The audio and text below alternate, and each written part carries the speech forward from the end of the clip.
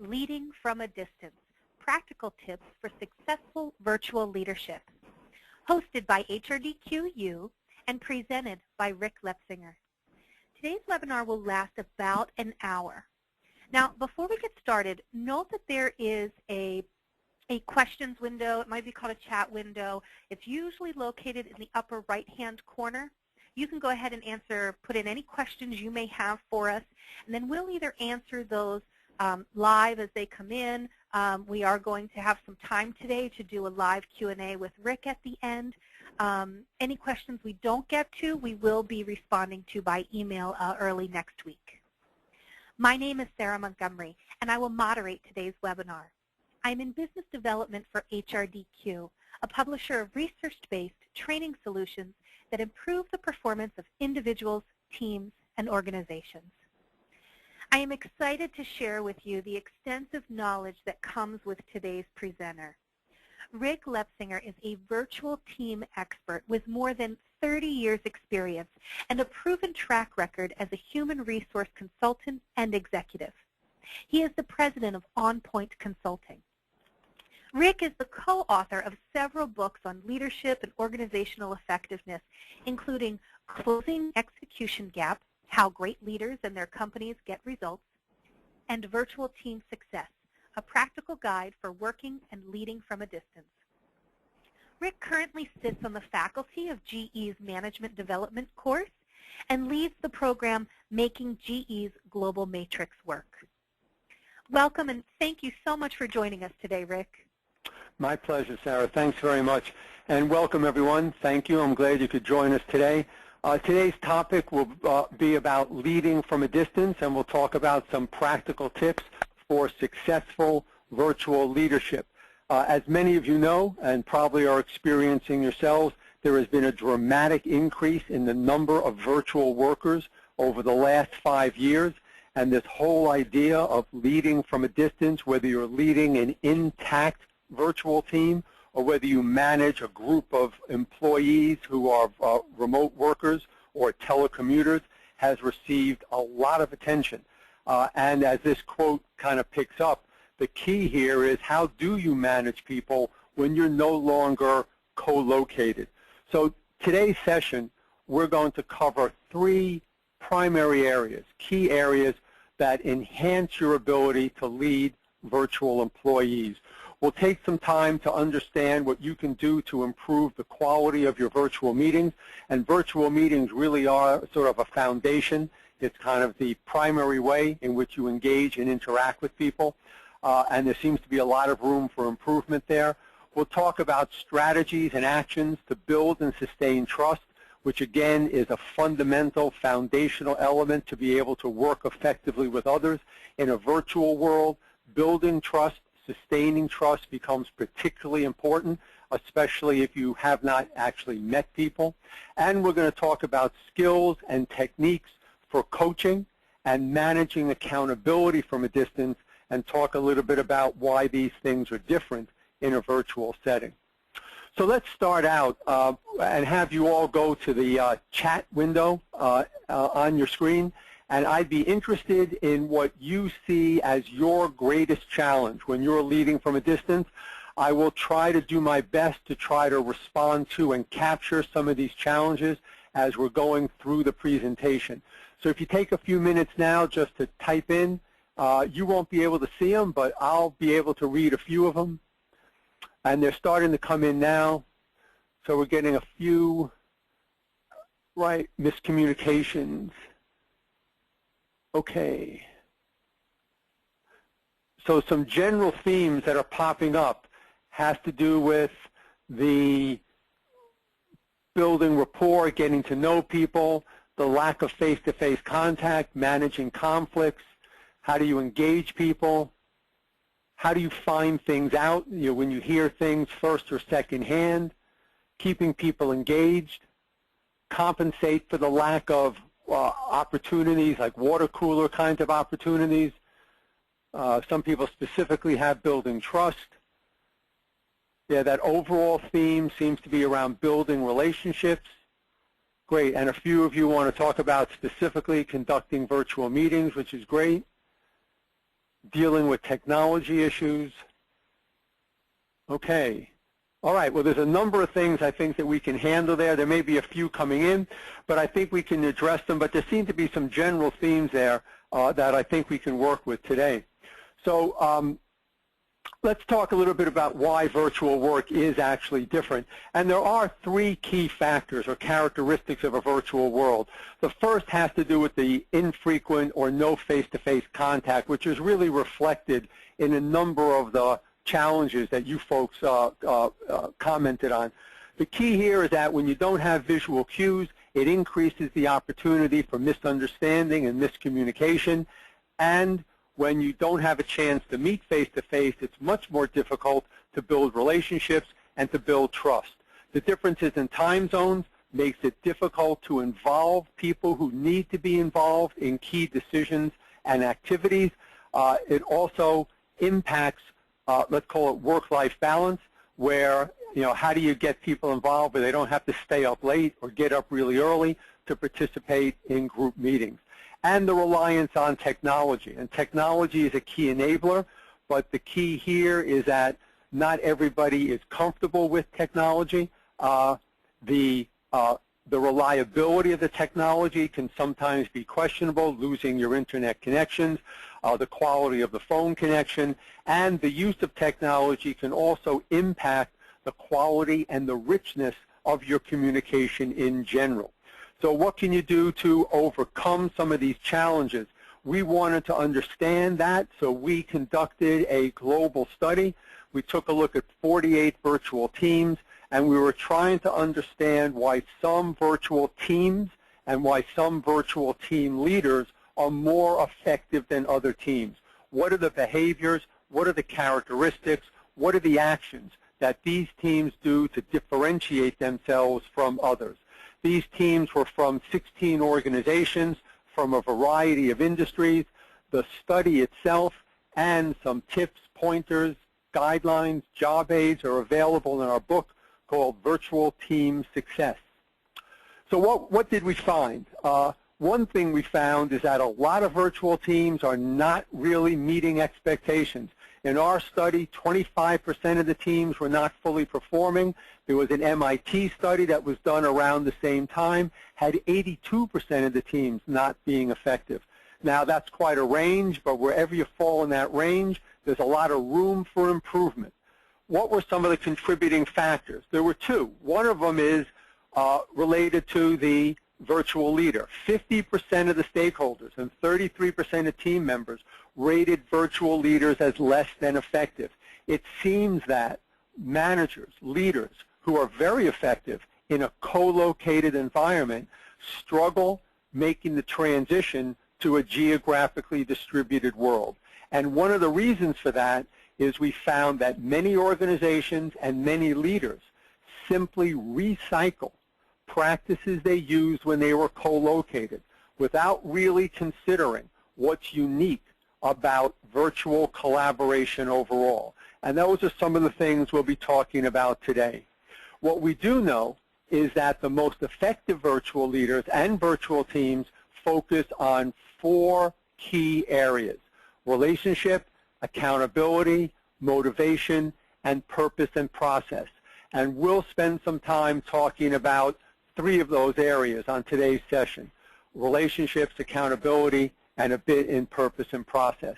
So in the purpose and process side, let's start with conducting effective V-meetings or virtual meetings. And in terms of the current state, or really how we've evolved, there has been an 800% increase in the number of virtual workers over the past 5 years, and the use of virtual meetings has increased at 80% of the companies. So many of you probably find yourself on calls not too different than this with collaborative software, where you're engaged in some kind of a meeting where you've got to solve a problem, make a decision. However, only 62% of people are somewhat satisfied with virtual meetings. And somewhat satisfied is usually the mid-rating, right? It's not even very satisfied. So there's a high degree of mediocrity and dissatisfaction around virtual meetings. 73% of people report that getting everyone engaged and multitasking are always or often challenges. And we're going to talk specifically about how to address those two issues overall. But before we do, let's take a look and see how you would handle a series of situations. So I have two of them and that I'd like to see how you would handle it. So the first one is with Joan. And Joan has a team of 6 people, and they're geographically dispersed across North America, India, and Europe. Team members have recently been overwhelmed with work, and as a result, the team had to push back several deadlines. So today, Joan scheduled a meeting to provide an update on one of the projects, which was the only item on the agenda. During the meeting, Joan noticed very little participation, and that people were not really paying attention for most of the call. So let's open up that polling question and see if you can identify the reason for the lack of attention. All right, let me see if I can. Okay, so you have 3 choices, and if you would all just select the one that you think is the factor that's contributing most to low levels of engagement during the virtual meeting. And Sarah will close that as soon as she gets a critical mass of votes. And by the way, there are a number of choices. You know, all these choices are possible, and we'll see which one is generally selected. Okay, and Sarah, you can close it whenever you're ready.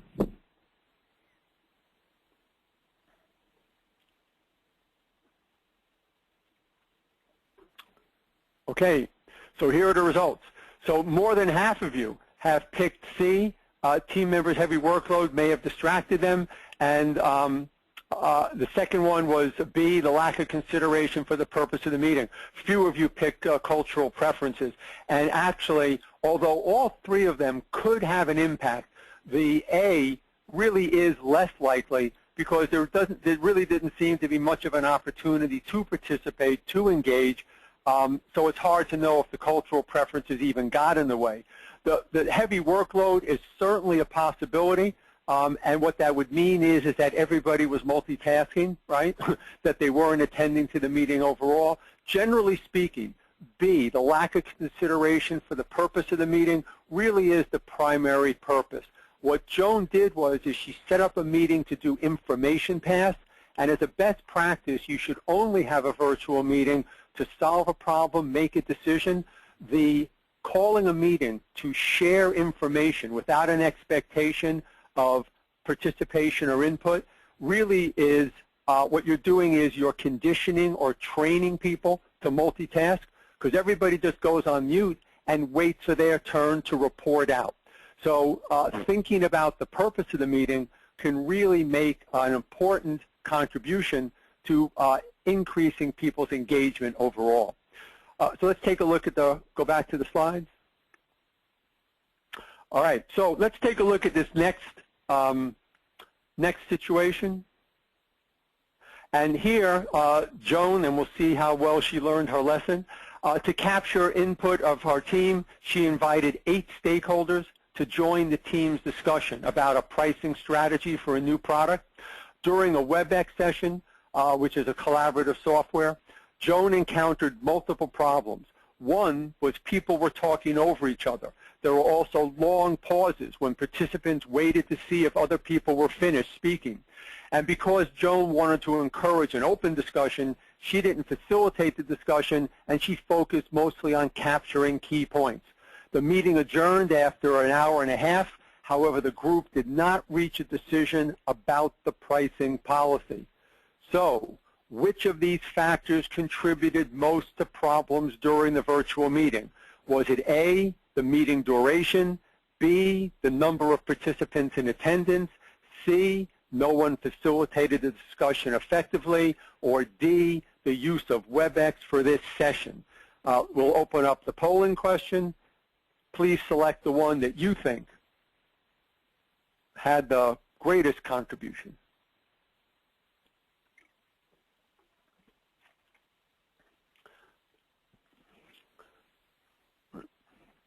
Okay, and Sarah, as soon as we hit that critical point,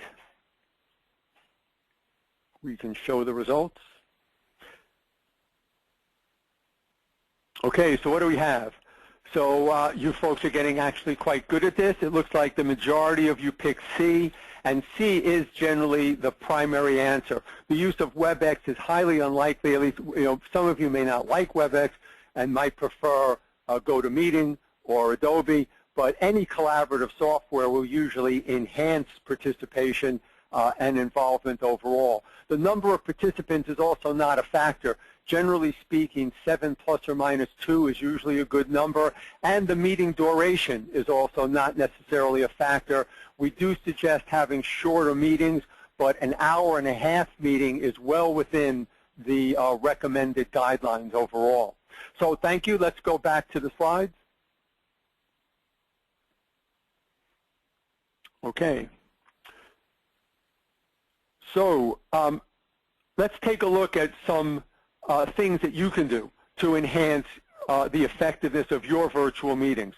One, and these are just sort of in the category of general considerations, is the point I made before.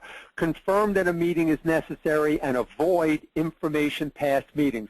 Now, again, this may sound a bit unusual, but if you're just going to share information and there's not going to be a problem-solving discussion, or you're not asking people to make decisions, and it's just sort of a chatty conversation about how things are going, find another way to share that information.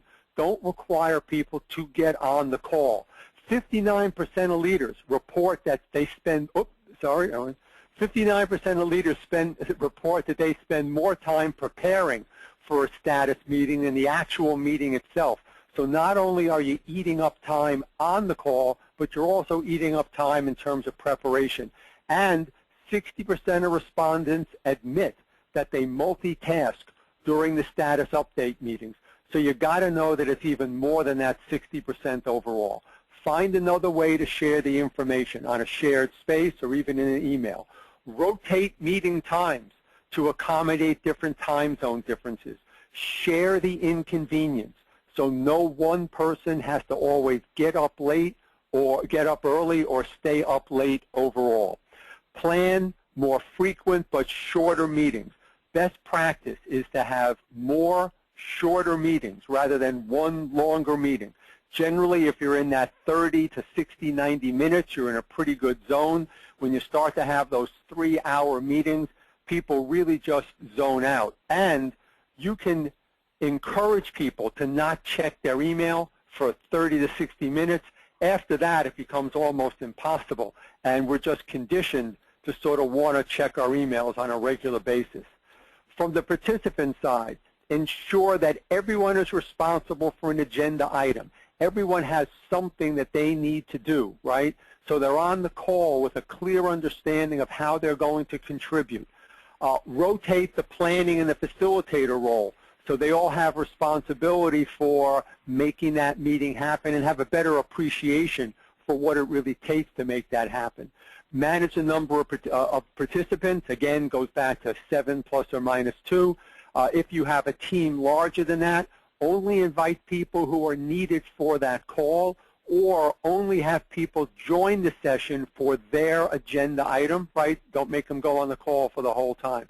You might also end up having sub-teams. So you have sort of a central team and just sort of satellite teams around of people who would join periodically. And if people don't have a chance to meet each other, you might post photos on the screen, so you attach a name with a face overall. In terms of logistics, send materials ahead, which is generally a best practice for any meeting. If it's a virtual team and you might be multinational, multicultural, it becomes even more essential to give people whose native language may not be English a chance to review the information and prepare. Establish a level playing field. This is also maybe a bit counterintuitive, but avoid having people attend using the phone or video while everyone else is there in person. So what you generally have is you have a group of people who are face-to-face, and you have 1, 2, or 3 people who are on the phone. The people who are face-to-face communicate very well. They tend to bond and engage, and the people on the phone have difficulty sort of getting into the conversation, or they are forgotten. In general, to create that level playing field, have everyone on the phone, everyone on their computer, so you're all working from the same sort of platform. And the medium matters. You want to make sure that you're matching technology with the task overall. So here's a quick chart. The basic message here is that the more complex the objective, the richer the technology needs to be overall. And when you get into the problem solving, decision making, idea generation, you want to try to use the collaborative software, right? You could use the telephone. And if you use the telephone, then active listening becomes particularly important. And we'll talk a bit more about that going forward. So to increase engagement during virtual meetings, which is a key challenge, you're focused on making time for relationship building, ensuring interaction, and providing tools. So on the building relationships, build time into the agenda for the water cooler conversation. Add 5 or 10 minutes. One reason why that gets rushed is because we try to stick it into an already tight agenda. Give it its own time. As people sign on, greet them, say hello, make some small talk. Take a personal interest, just as if you saw them in the office. Use this as an opportunity for empathizing, to check in, to clarify how people are doing, and you should be establishing processes that would build trust and relationships. Build in a group activity or breakout group discussions as part of your meeting overall.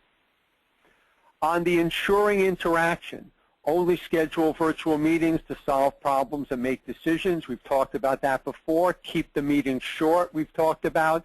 Ensure why everybody knows why they're on the call. Set expectations for participation in advance. Let people know that you expect them to engage and participate. And to facilitate that, call on people who are not participating. But you're not trying to do it to catch them. You're trying to do it to reinforce that you want everybody's input and a wide range of perspectives. So you'll give them notice, you'll kind of say their name, you'll repeat the question to give them a chance to kind of get refocused, but let them know that you're serious, that you really want them engaged and listening. And by the way, if you call on somebody once and kind of catch them, that usually does it. After that, they usually know that you really are going to call. You should vary the way you solicit input, using polling questions, the yes or no buttons. And again, this is especially useful in a multicultural environment where some people may not be comfortable talking, either because they don't want to be explicit about what they think, or they might not be comfortable with the language. Polling questions and the yes or no buttons gets their input in either a confidential way or a more comfortable way. Using brainstorming and breakout groups to encourage participation. You may be aware that WebEx, Adobe, GoToMeeting all have an electronic breakout room where people can go into small groups. And for when you have a smaller group of people, let's say 3, 4 people, encourage them to stay off of mute, which again is a little counterintuitive, but by staying off of mute, you minimize the ease with which people can multitask overall. And provide color commentary during for remote listeners. So if you're doing a polling question, just let them know, that 30% of the people responded. We're going to close it in a few minutes. Let me just open up a whiteboard here. I'm going to move you to the breakouts. Just let people know what's going on, so there's no dead air, and so they can understand what's happening. We've been talking a bit about tools. In many of the tools, they have a hand icon, which you can use to manage the discussion, to avoid people talking over each other or long pauses. Making use of video is a key differentiator of effective virtual teams. The use of collaborative software is also key. So everyone is looking at the same material, following along. The use of whiteboards. It replicates a face-to-face meeting where you have a flip chart and you're recording ideas and sharing the overall minutes. And providing people with chat or instant messaging can also help them interact and connect during the group discussions.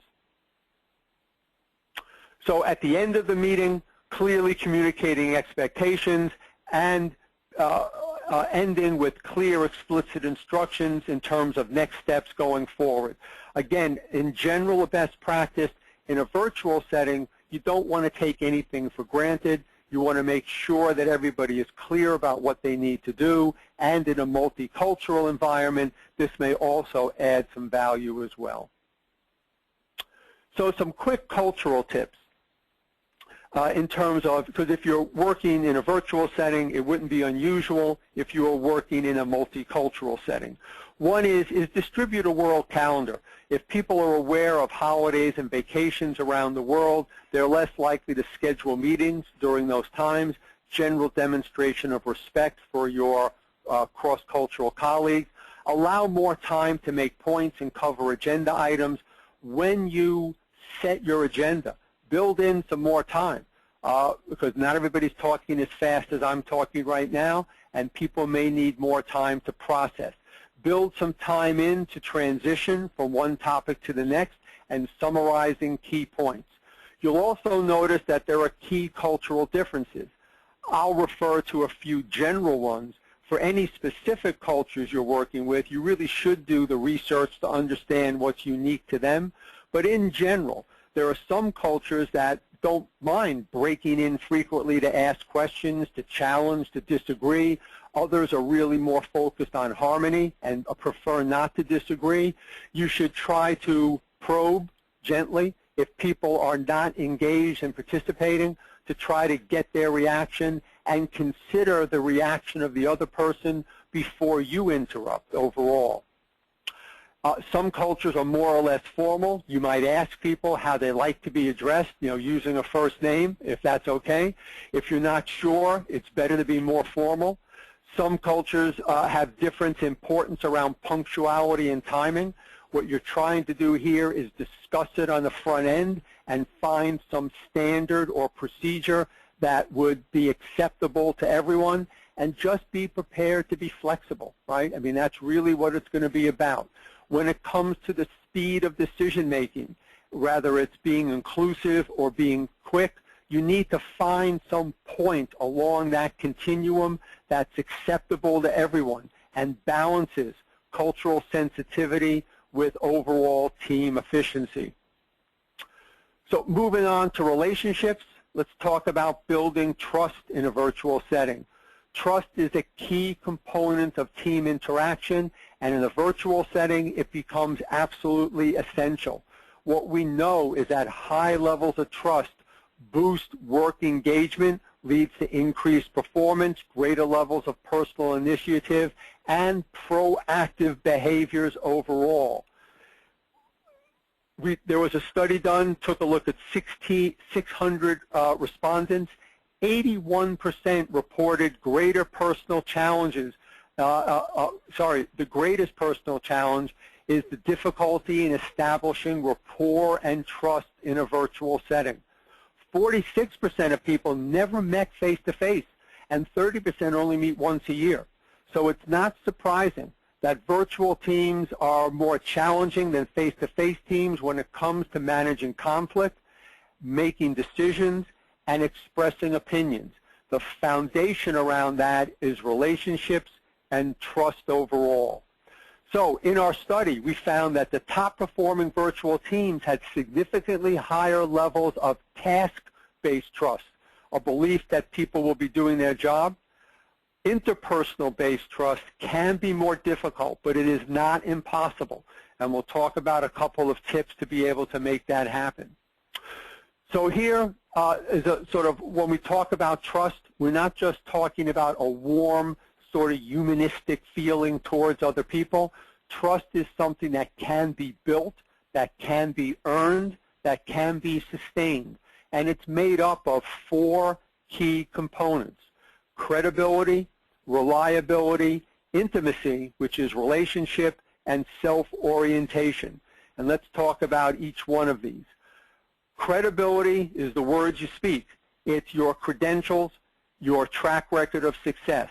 But more than that, it's the extent to which people believe you speak the truth. Do you give a balanced view of an opportunity or an issue? Or do you selectively disclose concerns and put a hyper spin on the positive to get people enthusiastic and engaged? The more people believe you speak the truth, the greater the perception of your credibility. Reliability is about being dependable, fulfilling commitments, delivering on promises.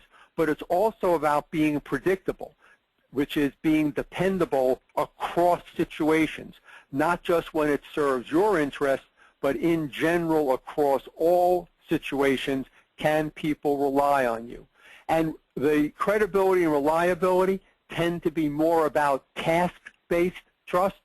The next two, intimacy and orientation, are more about the interpersonal side of trust. So intimacy is about building a relationship. It's about connecting with people. It's acting with discretion, but it's also about demonstrating empathy. And we're going to talk about this a little bit later. But empathy is the primary way you connect with people in a virtual world. When you are not able to meet face-to-face, it's the demonstration that you understand the other person's situation and why they would feel a certain way or behave a certain way that is the primary means for connecting with people. The next is self-orientation. What are your motives? What do you attend to? Are you focused on your needs and goals or the needs and goals of other people? If you have a low self-orientation, you are attending to the needs of others. If you have a high self-orientation, you tend to be focused on your needs and your goals overall. So what specifically can you do to build trust in a virtual setting? The first is to avoid exaggeration. Basically, it's tell the truth. Give direct answers to direct questions. And admit when you don't know something. It's counterintuitive. But if you actually say, that's not my area, I don't really know much about that, it enhances the perception of credibility because people believe that when you do speak, it's from a position of strength overall. On reliability, it's about making smaller promises. So don't commit to the ultimate deliverable, commit to milestones along the way, giving you more opportunities to demonstrate your reliability. The other key here is to use action plans. It's a very simple tool, but it documents agreements. And again, in a virtual world, you want to be transparent and clear about what expectations are and what people's accountabilities are. And make your work visible. In a virtual world, if I cannot see you working, I am sure you are not working. At least you're not working on my stuff. But if you use shared spaces, shared sites to post work, to move information around, it does a much better job of enabling you to see progress. Also using project management software will help people see who's accomplishing what tasks and when. On the intimacy side, you could set up a team page like a Facebook page so people get to know each other. We talked about the importance of demonstrating empathy, but the other key is calling to have non-work conversations. Once again, when I suggest this to leaders, it sounds almost silly, but what you're trying to do is replicate what you would normally do in a face-to-face world. So if the only time I call you is to ask you to do something, then that's not the basis for a really good work relationship. The best virtual leaders are really deliberate and conscious about picking up the phone, sending an IM, connecting with people just to talk, right? It might drift into a work conversation, but primarily you're talking to connect, to check in. Around self-orientation, the key to a low self-orientation is to identify shared goals and common ground. That's the primary way to get people aligned overall. And to remember that it's not always about you. If you put the other person's goal or objective in context of a broader picture, it might actually warrant attention now, and yours might warrant attention a bit later on. In terms of managing accountability, again, accountability is critical. It's really about carrying your load overall. In a virtual setting, it becomes more difficult to observe and manage the extent to which people are actually taking accountability. When we talk about accountability, it's more than admitting mistakes and not blaming others. when people are truly accountable, it looks like taking initiative, right? Even when it's not your fault, even when it's not your issue, when you have high levels of accountability, you're not only taking responsibility for your actions, you're also taking initiative overall. In terms of accountability in a virtual setting, autonomy becomes essential.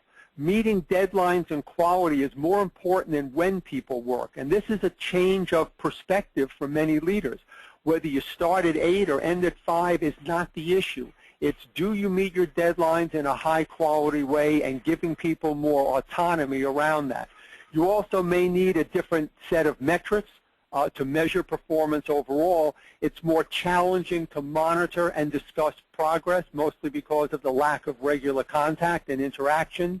Team members' contributions are less visible, and thereby social loafing occurs. And what social loafing is, it's a phenomenon where if people believe that you can't see me, you can't see my connection to the overall group outcome, I tend to have a lower level of accountability and lower level of responsibility.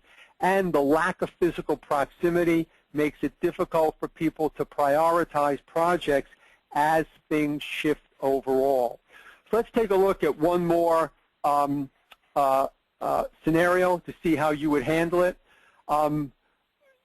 You're trying to understand the reason for the team's performance plateau, and it's come to your attention that David has consistently missed deadlines, and he recently missed 2 important deadlines, which caused a delay in the product release. David's performance is negatively impacting the team. You need to take some action. However, David doesn't report directly to you. He's part of your team, and you're responsible for him, but he reports to Pamela Jones, so it might be a bit difficult to manage this. So how would you manage this particular event? Let's see if we can get that moving. Okay, here we go. So here are your choices, and let's take a look at these choices now. And full disclosure, several of these choices are considered good choices, but one of them would be considered the best. So just take a minute to skim them, and then we'll put the polling question up in a moment.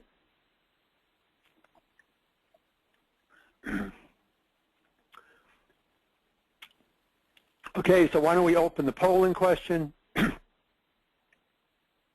Pick the one that you think is best.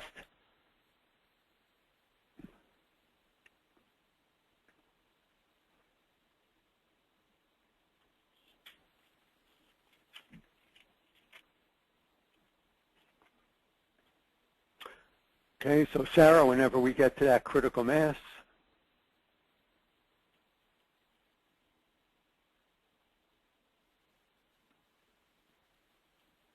Okay, here come the results. All right, so it looks like the majority of you picked D, clarify performance expectations and set checkpoints, and next in line was C, ask him how he got off track and what he'll do to fix it. And actually, C and D really are the 2 best choices. The V meeting, E, is not a particularly good choice because it dilutes the message. David might not even think you're talking to him. The email is really a very indirect way.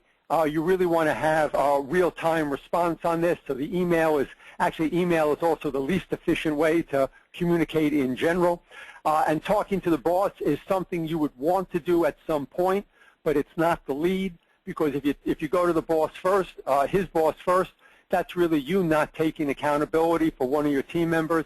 At some point, you'd want to get Pamela in. The difference between C and D is a great choice. D is something you should have done at the beginning, and it's something you would do in the future, but C is the thing you would do right now, because C is what you're trying to do is to get David to take accountability right now and ask him what he would do to get things back on track right away. And we'll take a look at both these tools in just a moment. Let's go back to the slides. All right, so very good job on that, you guys. So let's see. Okay, all right, here we go. So there are 4 reasons why people have difficulty managing accountability busters. The first is talking about an idea but not agreeing on an action or an accountability. Things fall through the cracks. The second is agreeing on an action but not being specific about a completion date, so it's sort of open-ended for interpretation. The third is not checking in, waiting until the completion date.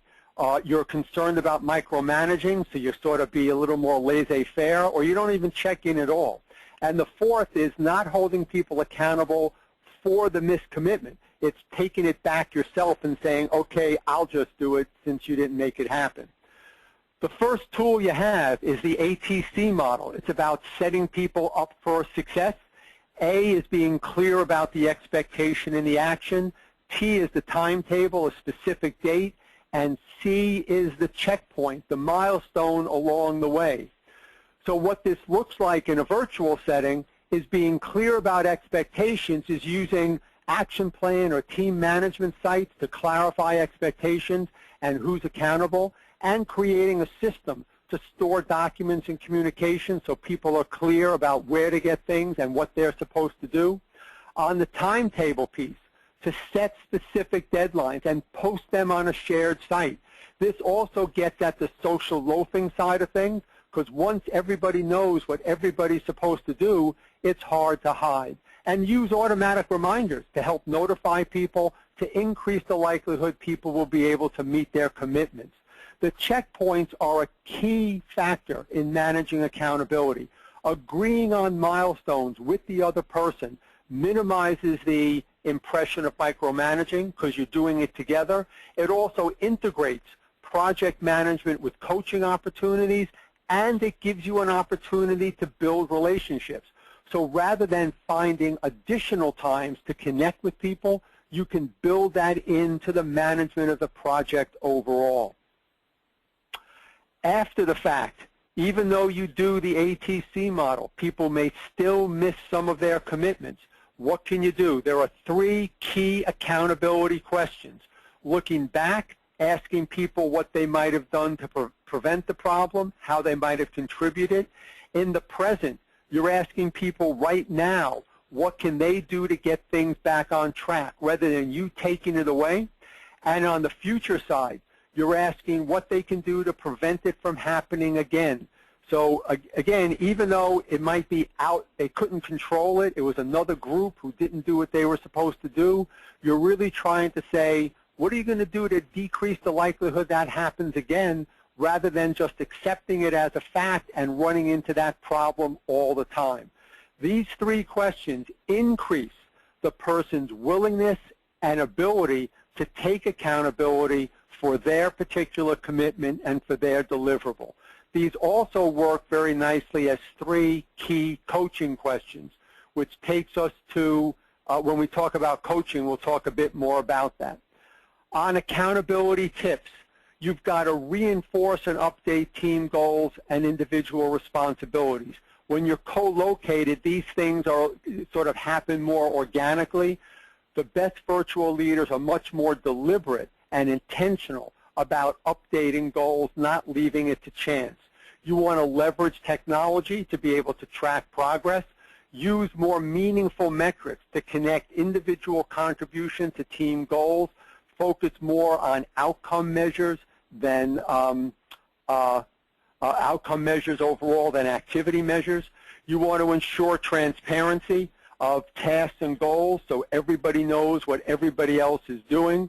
You want to collect feedback from stakeholders. If you're not able to interact on a regular basis with individuals, make sure stakeholders have a chance to input. Encourage a problem-solving attitude instead of blaming others or making excuses. Watch out for that in your own behavior. Use checkpoints as coachable moments and opportunities for course correction, and reinforce positive behaviors and address below standard performance in a timely manner, which means in a virtual setting more frequent contact and interaction and looking for those opportunities. The last area that we're going to talk about is around coaching from a distance. And I'm going to skip that chat for a second and go right to how coaching is different. There's a need to address issues that are relevant for virtual workers that are a bit different. Things like work-life balance and managing time zone challenges are unique to a virtual setting. There are fewer opportunities to observe performance, but even more feedback is needed, and there are fewer opportunities to deliver it in a timely manner. Some communication channels distort the tone and the understanding of your message, and due to the lack of visual cues, active listening becomes even more essential. So let's take a look at 3 key skills for communication and coaching in a virtual world: paraphrasing, empathizing, and a balanced response. Paraphrasing is really about restating content. This is really Management 101. It's not like a high-level brand new skill, but it does become absolutely essential. When you are face-to-face, we become lazy because you're getting so much information from the visual cues. Really, 55% of your information is coming from nonverbals. We get out of the habit of restating because we believe we understand. But in a virtual world without visual cues and in a multicultural environment, paraphrasing becomes the primary way you avoid misunderstandings and you improve communication. So what does paraphrasing look like? Someone says, I'm not sure about how to handle the situation with the client, and because I'm new to the account, I think it would be better if you spoke with her. And an example of a paraphrase would be, you're concerned that because you're not familiar with the history of this account, you won't handle it properly. You want to check for understanding and demonstrate listening. The second skill is empathizing, and we talked about its importance for building trust. Empathizing is about demonstrating that you understand the other person's situation. It doesn't mean you agree with it. It doesn't mean you feel the same way. It just means you get the context overall. And here, you're restating the feeling. So empathizing is sort of restating emotion and feeling. Paraphrasing is restating content. So someone says to you, solve one problem and up pops another, what's the use? Well, you could say, hey, get with the program, that's the way things are around here. Or you could connect with the person and demonstrate empathy by saying it can be pretty frustrating and even discouraging to encounter problem after problem. Give me a couple of examples so we can see what's going on. Doesn't take that much more time, but it really changes the tone of the interaction. A balanced response is one of your best tools for responding in a constructive way, giving constructive feedback. It allows you to focus on strengths regardless of the weakness. It allows weaknesses to be overcome without losing sight of the strengths overall. It also highlights points of agreement, and it focuses the discussion on problem solving. So what's a balanced response look like? You start by stating the positive. And these are not just soft, sort of fluffy, let me say something nice to you. These are positives that you want to reinforce, things that you are actually acknowledging the person is doing well, and then move to the concerns. And when you state the concern, state it in a more actionable problem-solving way. So instead of saying, we can't do what you're suggesting because it'll kill the budget, you might say, how can we do what you're suggesting and still stay within the budget constraints? It makes it more of a dialogue, a conversation. It doesn't shut down discussion. It doesn't create defensiveness. It invites the person to engage in a figuring it out kind of a conversation. And try to use the word and instead of but, because if you say you did this well, but this is what you need to improve, it really just erases the positive overall. And here's an example. Someone says to you, rolling out this new reporting format now would be a big mistake. We need another 2 weeks to develop before we can say it's more efficient and informative. And you could say, we just don't have another 2 weeks, just make it happen. Or you could say, you're right about the additional time. It would mean we have a format that's reliable. How can we do this without appearing unresponsive? So again, instead of just shooting it down, you're engaging them, and there actually might be a good idea somewhere in here. So a couple of quick tips. Pay attention to your tone of voice and inflection. That's the primary thing people are tuned into. The actual content of your message gets lost in the tone. Don't assume. Provide additional context. When we talk to effective virtual leaders, they've come to realize in a co-located world, people pick things up. You can't assume they have context. You've got to ask specific questions to make up for the lack of visual cues. Encourage people to respond. Ask for a verbal response. Ask the person to restate what they heard. Increase your use of paraphrasing and empathizing to confirm understanding and to build the relationship during this conversation. So a couple of closing words, and then we'll open it up to your questions. So what do we know about great virtual leaders? They effectively use technology to bridge that virtual gap, and it's really the use of technology and a change in behavior that diminishes the virtual gap, that impacts the ability to communicate and collaborate in a geographically distributed world.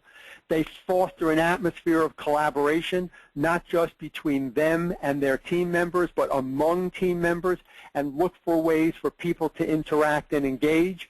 They ensure that everyone is engaged and participates in team discussions. They communicate team goals and direction, and they create a sense of purpose that helps pull together this geographically distributed group of people. They put processes in place, deliberate processes to share information, to make decisions. In a co-located world, you don't need that much. It happens.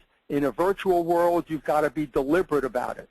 They hold virtual team members accountable for results regardless of their location, and the best virtual team members ask for feedback from their team members and from their stakeholders, and look for ways to continually improve how they engage with people. All right, so Sarah, I'll turn it back over to you.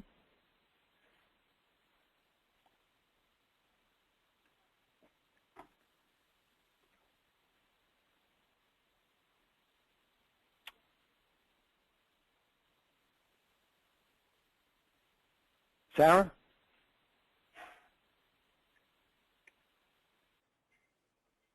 Can you hear me, Rick? I can now. Here we go. Okay, great. Good. Well, thank you so much, Rick. Thank you. We do have time, as you mentioned, for questions. So go ahead and submit those in. While we're waiting for those to come in, I just want to give you, you can take a note here, jot down how you can connect with both HRDQ and Rick. You can go to the website HRDQ-U to register for our very next webinar, so check those out. We have some additional great speakers. You will get a special offer by email this afternoon, so you can use that to shop at hrdqstore.com, and then obviously connect with us on social media. Rick can be reached at his website, and that is onpointconsultingllc.com, and he's also on LinkedIn and Twitter. You do want to look for his book, which was the foundation of today's presentation, and you see the cover there pictured here, Virtual Team Success, and you can find that on Amazon. Okay, so it looks like we have several questions coming in, so let's go ahead and dive into some questions.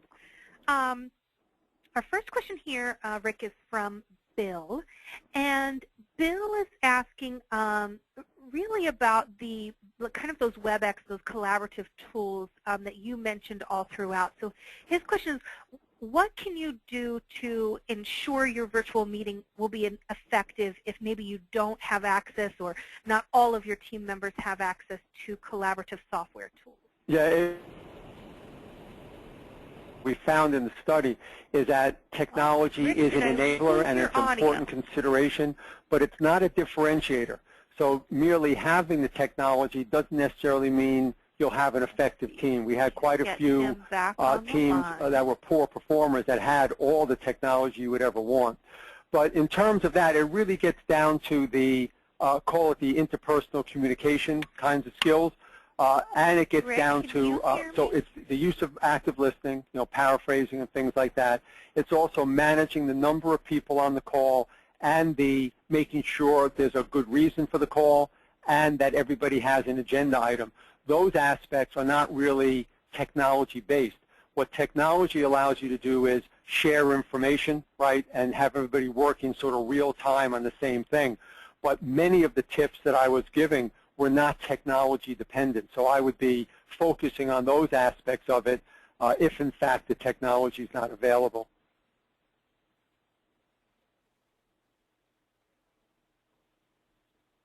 Sarah, I saw a question here around somebody was asking about the lowest common denominator and asking everyone to, get on the phone or get on the computer if they can't all be together. So let me, if I could respond to that while you're looking at other questions. It is a little bit different. And again, the idea is really consideration for the people who are not co-located. And what generally happens, and many of you may experience this, if you're on the phone and everybody else is co-located, they either forget you and or you can't see what they're doing and or you can't get a word in edgewise. So what we're trying to do is get everybody on the same place. And it's not that they would all sit in the same room, but everybody would be at their computer, right, in their office, wherever they happen to be, everybody looking at the same screen, using the same tools in terms of the hand icon, sharing information, and that type of thing. And if you're going to use the breakout rooms, you really need to have everybody on the collaborative software in order to use things like the breakout rooms, instant messaging, and things like that. So that's why we're saying it. It's really in consideration of the few people who are sort of left out and trying to bring everybody together. Wonderful. And thank you, everyone, for chatting and letting me know you could hear Rick, and I could not there for a second. But seems like we've got audio now back pulled together, which is great. Good. Rick, I know you have access to the questions that are coming in. Is there another one that intrigues you? Oh, well, there's one. Some of you may be interested, and you may already know this, but how do you know if somebody's really paying attention to your meeting? On the collaborative software, like I know it's true for WebEx and Adobe, they have an attention meter. So on WebEx, if you go off my screen, a little exclamation point appears next to your name. I don't know what you're doing, but I know you're no longer looking at my screen. So it really gives you some sense of the extent to which people are engaged or not, which is pretty helpful. And many people are both surprised and interested to find out that that agrees, that they found that. So here someone's asking about how do you handle status meetings, if it's really InfoPath. I think for me, the thing about the status meeting, if you're not expecting it to be a dialogue, in other words, if it's really just sharing information, update from person 1, update from person 2, update from person 3, and people might ask questions like, well, tell me more about this, but you're really not trying to solve a problem. You're really not trying to make a decision. You should really just post the information. Let them read the status update, and then if I have a question, I'll go to you. But to take the meeting time, to make me get on a call, to listen to someone when you're not expecting me to do anything, I'm going to do other work. So you're basically training me to multitask while somebody else talks. My turn comes, I come off mute, I do my update, I'm back on mute, and I go back to multitask.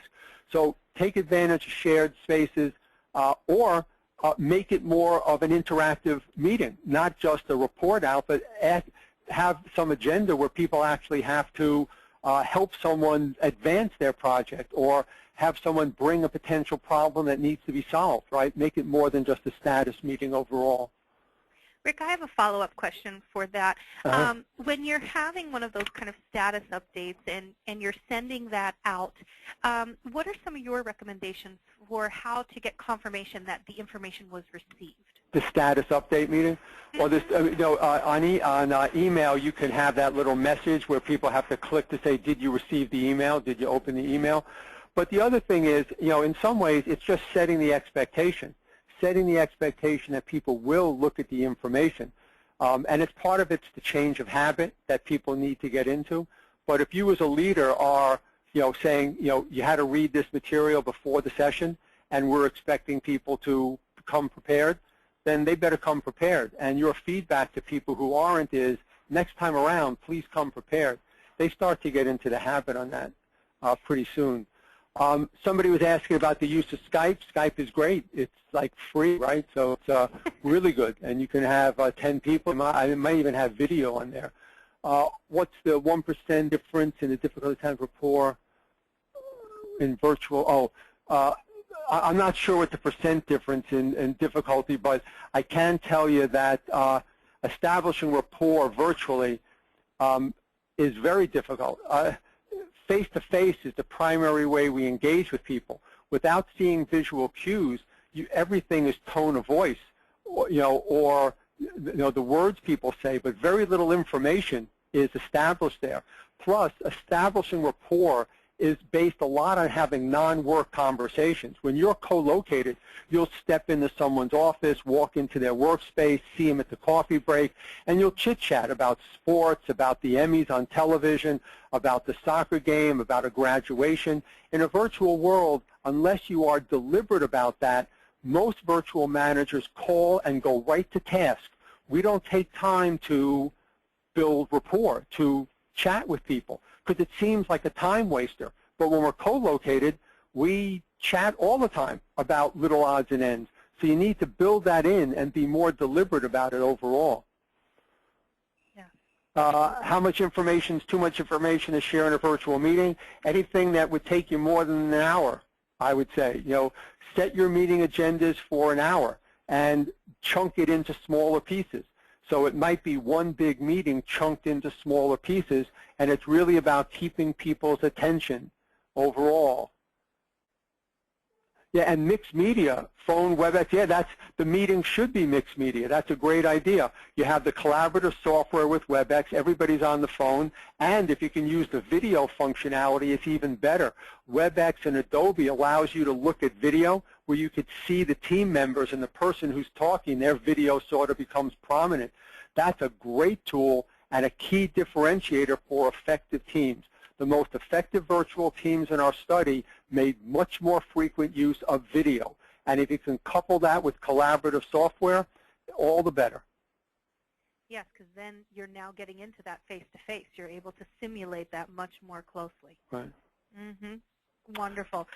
Rick, it's been wonderful working with you and having you share really your insights. Thank you so much for your time and sharing your knowledge with us today. No, my pleasure. Thank you, and good luck, everyone. Enjoy working virtually. So thanks, everyone.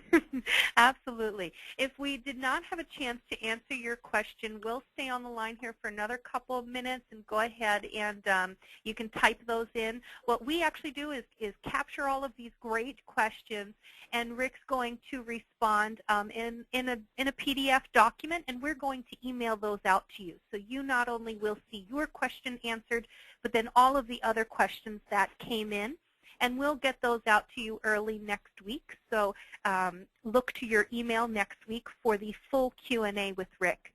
We hope you enjoyed today's session, and we look forward to seeing you the next time.